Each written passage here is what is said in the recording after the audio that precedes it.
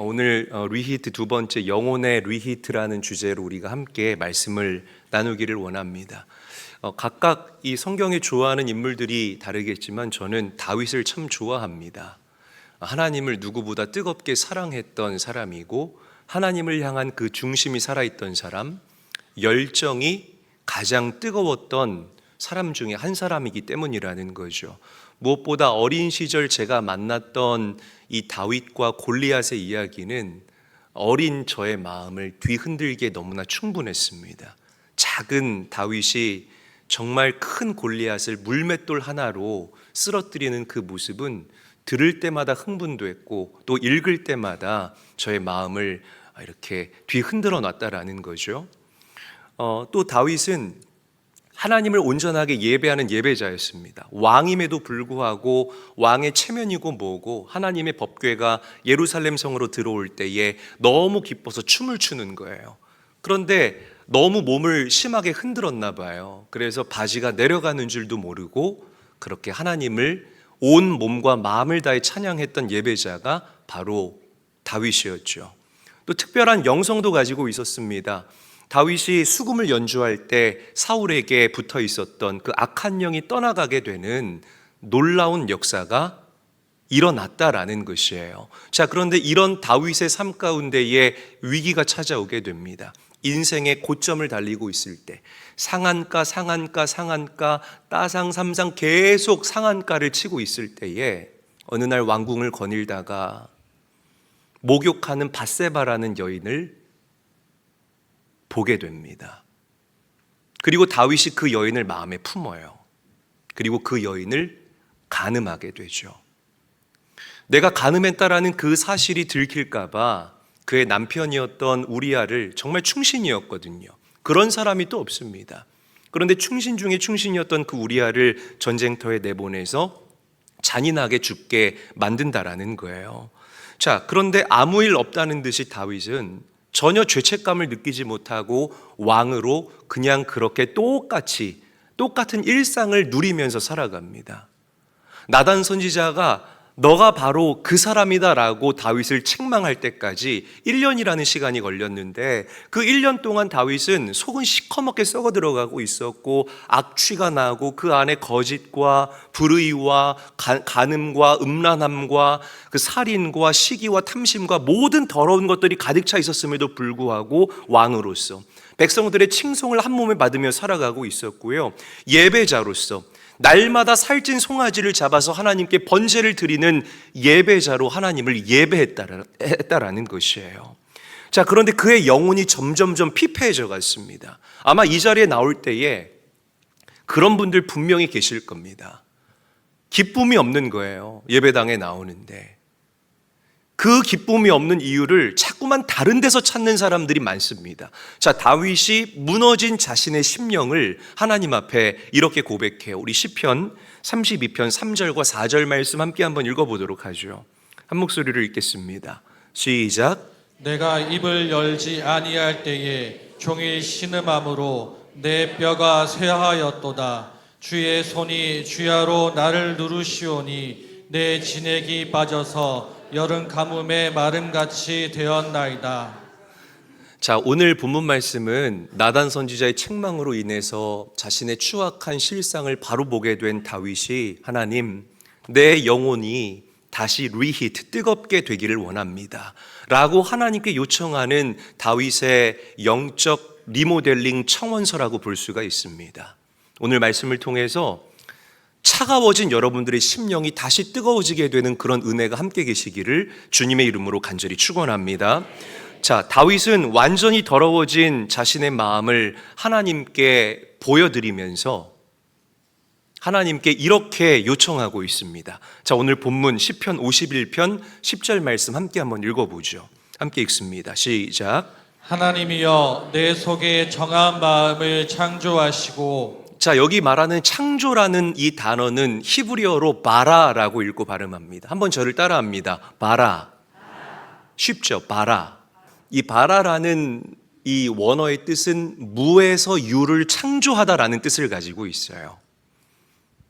그러니까 태초에 하나님이 천지를 창조하셨느니라 창세기 1장 1절 말씀에서 기록된 이 창조라는 단어도 바로 히브리어 바라라는 단어를 사용합니다. 자, 그런데 놀라운 것은 이 창조라는 단어, 바라라는 이 단어는 성경에서 하나님만이 그 주어가 될 수가 있어요. 절대로 성경은 사람 앞에 이 바라라는 단어를 붙이지를 않습니다. 사람이 주어가 될 수 없다라는 거죠. 왜냐하면 우리 인간은 무에서 유를 창조할 수 있는 존재가 아니기 때문에 하나님께서 창조해 놓으신 그 피조물을 가지고 우리는 조합하고 그것들을 약간만 변형시킬 수 있는 존재이지 절대로 저와 여러분들은 무에서 유를 창조할 수 없는 유한한 존재라는 것을 성경이 이 원어의 의미를 통해서 저와 여러분들에게 전달하고 있다는 것입니다. 지금 다윗이 하나님 앞에 하나님 나에게 정한 마음을 창조하여 주십시오라고 요청하는 이 다윗의 요청은 완전한 영적인 파산을 하나님께 선언하는 거예요. 영적인 뭘 선언한다고요? 파산을 선언한다고요. 저를 따라합니다. 영적 파산.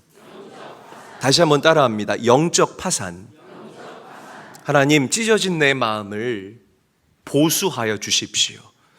하나님, 찢어진 내 마음을 기워 주십시오. 하나님, 무너진 내 마음을 다시 재건하여 주십시오. 여러분 아멘 하셨지만 이 정도 의미가 아니에요. 이 정도 의미가 아닙니다. 주님, 제가 겉은 왕의 모습을 하고 있습니다. 온전한 예배자의 모습을 하고 있습니다. 그런데 하나님의 사람 나단 선지자의 그 책망을 통해서 저의 영혼을 들여다보니까 너무나 시커멓고 너무나 더러운 것들로 제 영혼이 가득 차 있음을 주님께 고백합니다. 주님, 이래가지고는 안 됩니다. 주님, 내 영혼을 긁어내 주십시오. 내 영혼을 철거하여 주십시오. 할렐루야. 내 영혼을 긁어내 주시고 내 영혼을 철거하여 주시고 말씀으로 이 세상을 창조하셨던 그 하나님의 능력으로 나의 그 철거된 마음을 다시 한번 깨끗하게 재창조하여 주십시오. 지금 다윗이 이 정도의 깊이로 하나님께 요청하고 있다는 것입니다. 사랑하는 제일교회 성도 여러분, 언제 하나님이 여러분들 인생의 주인이 되실까요? 기도하면 주인 될까요? 예배하면 주인 될까요? 헌금 많이 하면 주인 될까요? 그렇지 않아요. 다윗처럼 내 안에 선한 것이 하나도 없음을 인정하고 정말 철저하게 영적인 파산 선언을 하고 하나님 앞에 여러분들의 온 삶을 드릴 때에 하나님의 놀라운 통치와 다스림과 지배가 여러분들 삶 가운데 일어나게 될 줄로 믿으시기를 바랍니다. 사랑하는 제일교회 성도 여러분, 우리를 향하신 하나님의 사랑은 이 세상 그 어떤 것과 비길 수 없을 정도로 크고 놀랍습니다. 믿으시면 아멘 합시다. 크고 놀랍습니다. 그리고 여러분들을 향하신 하나님의 마음은 그 주님의 사랑을 우리 하나님의 자녀된 제일교회 성도님들이 하나님 안에서 누리고 맛보고 열매 맺기를 원하신다라는 사실을 믿으시기를 바랍니다. 그렇게 되기 위해서는 먼저 내가 철저하게 다윗과 같은 영적 파산의 경험과 고백이 이루어져야 한다라는 거예요. 하나님, 하나님의 은혜 아니면 내가 살아갈 수 없습니다. 은혜 아니고서는 버틸 수가 없습니다. 나의 물질, 나의 자녀, 나의 가정, 나의 기업, 이 모든 것 하나님이 주신 것임을 내가 이 시간 고백합니다. 내가 열심히 하는 나의 노력조차도 하나님의 은혜가 아니면 내가 그 노력을 쏟을 수 없다라는 것 인정합니다. 모든 영광을 하나님께 올려드리는 것. 여러분, 그런 인생 살 수 있게 되시기를 주님의 이름으로 간절히 축원합니다. 저는 C.S. 루이스 목사님을 굉장히 좋아해요. 이분의 책을 정말 하나도 빠짐없이 다 읽어봤는데 C.S. 루이스 목사님이 쓰신 순전한 기독교라는 아주 유명한 책이 있습니다. 아주 명서적이에요. 시간이 되시는 분들은 한번 읽어보시기를 바랍니다. 자, 그런데 이 책에 있는 내용을 이 리히트와 너무 꼭 맞는 거예요. 그래서 제가 발췌해 왔는데 우리의 목소리로 함께 한번 읽어볼게요. 자, 의미를 생각하면서 우리 또박또박 함께 읽어보겠습니다. 시작. 하나님은 우리를 대충 수리해서 살만한 오두막으로 만들려고 하지 않으신다. 그분은 우리 안에 직접 거하실 궁전을 짓고 계신다. 그래서 그분은 지금 우리의 삶의 벽을 허물고 바닥을 깨뜨리시며 새로운 기둥을 세우신다. 우리는 그 공사 소음과 통증 때문에 비명을 지르지만 설계자이신 하나님은 우리를 완전히 새로운 존재로 재창조하기 전까지 그 망치질을 멈추지 않으신다. 그래요. 여러분 혹시 그 공사 용어 중에 이렇게 좀 그 계통에 계시는 분들은 아실지 모르겠는데 덧방공사라고 혹시 아나요? 덧방공사 아시죠? 그 이름이 참 이름만 들어도 무슨 어떤 류의 공사인지 이해가 되는 그런 공사인데 주로 이렇게 바닥 공사할 때 덧방공사라는 표현을 굉장히 많이 씁니다. 그러니까 철거할 때도 돈이 들어가요. 이게 철거할 때 공짜로 해주는 게 아닙니다. 철거할 때 돈이 들어가고 시간이 들어가니까 그 비용과 시간을 아끼기 위해서 그냥 기존의 그 바닥재를 걷어내지 않고 그 위에 본드를 바르고 새 타일을 그냥 덧붙이는 걸 우리가 덧방공사라고 하는 거예요. 그런데 놀라운 건 요즘에 특히 우리나라 사람들이 손기술이 정말 좋거든요. 정말 좋습니다. 세계 어디 나가도요, 코리아 따봉이에요. 손기술이 정말 좋아서 덧방공사 하나 철거하고 새 타일을 까나 처음에는 이게 그렇게 큰 차이가 없다는 거예요. 그런데 만약에 그 타일 밑에 곰팡이가 쓸었다거나 아니면 누수가 있다거나 하면은 그때부터 문제가 생기는 겁니다. 덧방공사하면 타일이 얼마 지나지 않아서 덜그럭덜그럭 거려요. 그리고 결국에는 와르르 무너지게 되는 그런 위험한 일들이 일어나기도 한다라는 겁니다. 제가 이 덧방공사 얘기를 왜 하냐면 많은 성도들이요, 영적인 덧방공사의 유혹 가운데 얼마나 시달리는지 몰라요. 철거해야 될 것들을 철거하지 않고 말씀의 정으로 깨부셔야 할 것들을 깨부수지 않고 자꾸만 겉만 치장하는 거예요. 덧방하고 씌우고 또 종교적 덧방하고 종교적인 덧방을 하고. 오늘 여러분들에게 저는 이 말씀을 깊게 묵상하면서 제 스스로한테 질문해 보았어요. 내가 언제 마지막으로 회개했을까? 여러분들에게 똑같은 질문을 드려볼게요. 여러분들은 가장 마지막으로 하나님 앞에 언제 회개하셨습니까?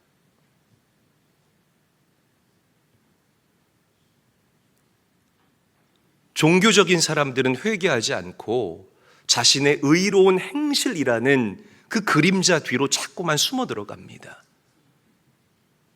종교적인 사람들은 나의 마음을 철거하기를 원하지를 않아요.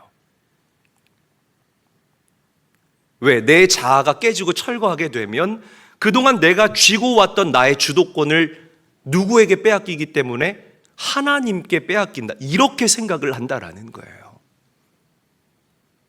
여러분, 누가 여러분들 인생의 건축자입니까? 예수 그리스도가 우리 인생의 건축자가 되셔야 할 줄로 믿습니다. 아멘. 우리는 그 복음을 붙잡고 살아가는 사람들이라는 사실을 잊지 말고 여러분들 마음 가운데 새길 수 있게 되시기를 주의 이름으로 간절히 축원합니다. 오늘 영적 파산 선언하셔야 됩니다. 그리고 이 말씀의 거울 앞에 여러분들의 속사람을 비추어 보시면서 내 안에 선한 것이 없다면 주님 이 마음을 철거해 주시고 정말 하나님의 마라, 하나님의 재창조의 역사가 내 안에서부터 다시 새롭게 일어나게 하여 주시옵소서 라고 다윗처럼 요청하는 성숙한 제일교회 모든 성도들이 되시기를 주님의 이름으로 간절히 축원합니다. 그래야 우리가 살아난다는 거죠. 옆 사람과 인사합니다. 덧방공사 안 돼요. 인사하겠습니다. 이 정도 다시 안 하시는 분들이 너무 많아서 다시 인사할게요. 덧방공사는 위험합니다. 인사하겠습니다. 여러분, 주님과 만나는 이 예배 시간이 여러분들에게 기쁨이 되시기를 주님의 이름으로 간절히 축원합니다. 정말 이 안에서부터 뿜어져 나오는 그 자원하는 마음이 우리에게 회복돼야 돼요. 오늘 다윗이 하나님께 재창조해달라고 청원했던 이 청원의 제일 핵심 요소가 바로 자원하는 마음이에요. 자, 말씀 읽어볼게요. 시편 51편 12절 말씀 함께 읽습니다. 시작. 주의 구원의 즐거움을 내게 회복시켜 주시고 자원하는 심령을 주사 나를 붙드소서. 저를 따라합니다. 자원하는 심령. 자원하는 심령. 더 크게 해요. 자원하는 심령. 자원하는 심령. 히브리어로 루아흐 네비다라고 읽고 발음해요. 루아흐 네비다. 루아흐는 여러분들이 잘 아실 거예요. 영을 뜻하는 거잖아요. 네비다는 왕족이라는 뜻입니다. 그러니까 이 자원하는 심령을 원어로 풀면 이게 바로 왕족의 마음, 왕족의 정체성, 왕의 영을 뜻하는 거예요. 그러니까 무슨 말입니까? 왕은 당당하잖아요. 전지하시고 전능하신 그 하나님이 내 아버지라는 그 확신이 있는 사람들은 잠깐의 고난과 어려움에 절대 흔들리지 않는 왕의 정체성을 가지고 살아간다는 겁니다. 제일교회 성도들이 그 정체성을 가지고 예배하고 가정생활하고 직장생활하고 사회생활하고 관계할 때에 하나님의 불이 여러분들 인생 가운데 떨어지게 될 줄로 믿으시기를 바랍니다. 왕의 정체성이 있어야 돼요. 왕의 반대말이 뭡니까? 노예 아닙니까? 노예잖아요. 노예는 누리지 못해요. 항상 불안하고 항상 초조하고 뭐 조금 들어오면 이거 뺏길까 봐 막 전전긍긍하는 이런 어둠의 정체성이 바로 노예의 정체성이라는 것입니다. 여러분, 다윗이 하나님께 그토록 구하고 또 구했던 것은 루아흐 네비다. 왕의 정체성, 자원하는 심령, 기쁨, 당당함, 품위, 실력을 하나님께 요청했다라는 거예요. 하나님이 나를 사랑해 주셨네요. 감격스럽습니다. 하나님, 그 사랑에 감격하여 나도 내 삶을 하나님께 온전하게 드리기를 원합니다. 하나님, 제 안에 이 감격이 있습니다. 매일매일 주님 앞에 나와 주님을 대면하는 이 시간이 저에게는 무엇보다 큰 즐거움입니다. 매 예배 시간마다 여러분들에게 이런 고백이 넘쳐나시기를 주님의 이름으로 간절히 축원합니다. 또 탕자의 비유 얘기해 볼게요. 탕자의 비유를 얘기를 해보면 많은 사람들이 집을 나가서 아버지의 재산을 흥청망청 썼던 둘째 아들만 탕자라고 생각을 합니다. 그런데 저는 이 가정의 가장 큰 탕자는 첫째 아들이라고 생각해요. 이 첫째 아들이야말로 탕자 중에 탕자가 아니었을까라고 저는 생각을 합니다. 동생이 오랜만에 돌아왔잖아요. 그런데 첫째 아들은 이 정체성이 루아흐 네비다, 자원하는 심령이 아니었던 거예요. 노예의 정체성을 가지고 아버지 옆에 그냥 붙어 있기만 한 겁니다. 그래서 동생이 돌아왔을 때 아버지가 송아지를 잡아주니까 첫째 아들이 열받은 거예요. 그래서 아버지한테 막 묻고 따지고 항변하잖아요. 뭐라고 하는지 우리 한번 말씀 읽어보죠. 누가복음 15장 29절 말씀 함께 읽어보겠습니다. 시작. 아버지께서 대답하여 이르되 내가 여러 해 아버지를 섬겨 명을 어김이 없거늘 내게는 염소 새끼라도 주어 나와 내 벗으로 즐기게 하신 일이 없더니. 자, 아버지를 첫째 아들이 어떻게 했어요? 화면 보고 아버지를 어떻게 했어요? 섬겼잖아요. 그러면 섬겼다는 것은 좋은 뜻이에요? 좋은 뜻이에요? 좋은 뜻이잖아요. 그런데 좋은 뜻인데 이걸 왜 부정적으로 성경이 얘기할까? 그래서 원어를 풀어봤더니 이 섬기다라는 이 원어가 헬라어로 둘리오라는 헬라어입니다. 둘리오. 발음이 좀 어려워요. 둘리오. 둘리오라는 이 단어의 뜻은 노예를 얘기를 하는 거예요. 노예가 주인을 위해서 일하는 그 노동을 얘기를 한다라는 거죠. 그러니까 이 첫째 아들은 노예의 마음을 가지고 아버지 앞에서 일을 했던 거예요. 내가 열심히 일해야 아빠가 나한테 뭐라도 주겠지. 내가 아버지 속을 안 썩여야만 아버지가 나한테 뭐를 주겠지. 노예라는 표현 죄송해요. 고급 노예라고 할게요. 고급 노예의 정체성을 가지고 아버지 밑에 있었다라는 겁니다. 그러니까 그 마음에 기쁨이 없어요. 자원하는 마음이 없으니까. 어떤 마음이 없으니까? 자원하는 마음이 없으면 늘 피곤한 거예요. 우리 성가대도 자원하는 마음이 없으면 얼굴 다 박살나서 앉아 있습니다. 우리 성도들도 마찬가지예요. 자원하는 마음이 없잖아요. 모든 예배와 헌신과 봉사가 짐처럼 다가오게 된다라는 거예요. 얼굴 시커매져 가지고 앉아 있어요. 여러분, 헌금 누가 하는 줄 아십니까? 자원하는 마음이 있는 사람들이 하나님께 드리는 거예요. 할렐루야. 그 자원하는 마음이 여러분들에게 회복될 수 있어야 돼요. 노예같이 앉아 있지 말라라는 것입니다. 하나님, 이거 예배 안 하면 이번 일주일 뭔가 우한이 나를 덮칠 것 같아서 예배합니다. 천만의 말씀 만만의 콩떡입니다. 사랑하는 제일교회 성도 여러분, 하나님은 여러분들이 고급 노예처럼 살기를 원치 않으세요. 루아흐 네비다, 자원하는 심령을 가지고 하나님 주시는 구원의 기쁨을 누리기를 원하신다는 사실을 믿으시기를 바랍니다. 하나님이 언제 기뻐하실까요? 헌금 많이 할 때? 아니요. 목사가 막 목에 핏대를 세우면서 막 창자가 쏟아져 나올 정도로 그렇게 말씀을 전할 때? 아닙니다. 하나님의 자녀로서 주님 안에서 구원의 즐거움과 기쁨을 누릴 때에 하나님은 영광 받으십니다. 여러분들이 잘 아는 웨스트민스터 소유리 문답 제1문에 뭐라고 적혀 있습니까? 인간의 제일 되는 목적은 하나님을 영원토록 즐거워함으로써 그분을 영화롭게 하는 것이다. 믿으시면 아멘 합시다.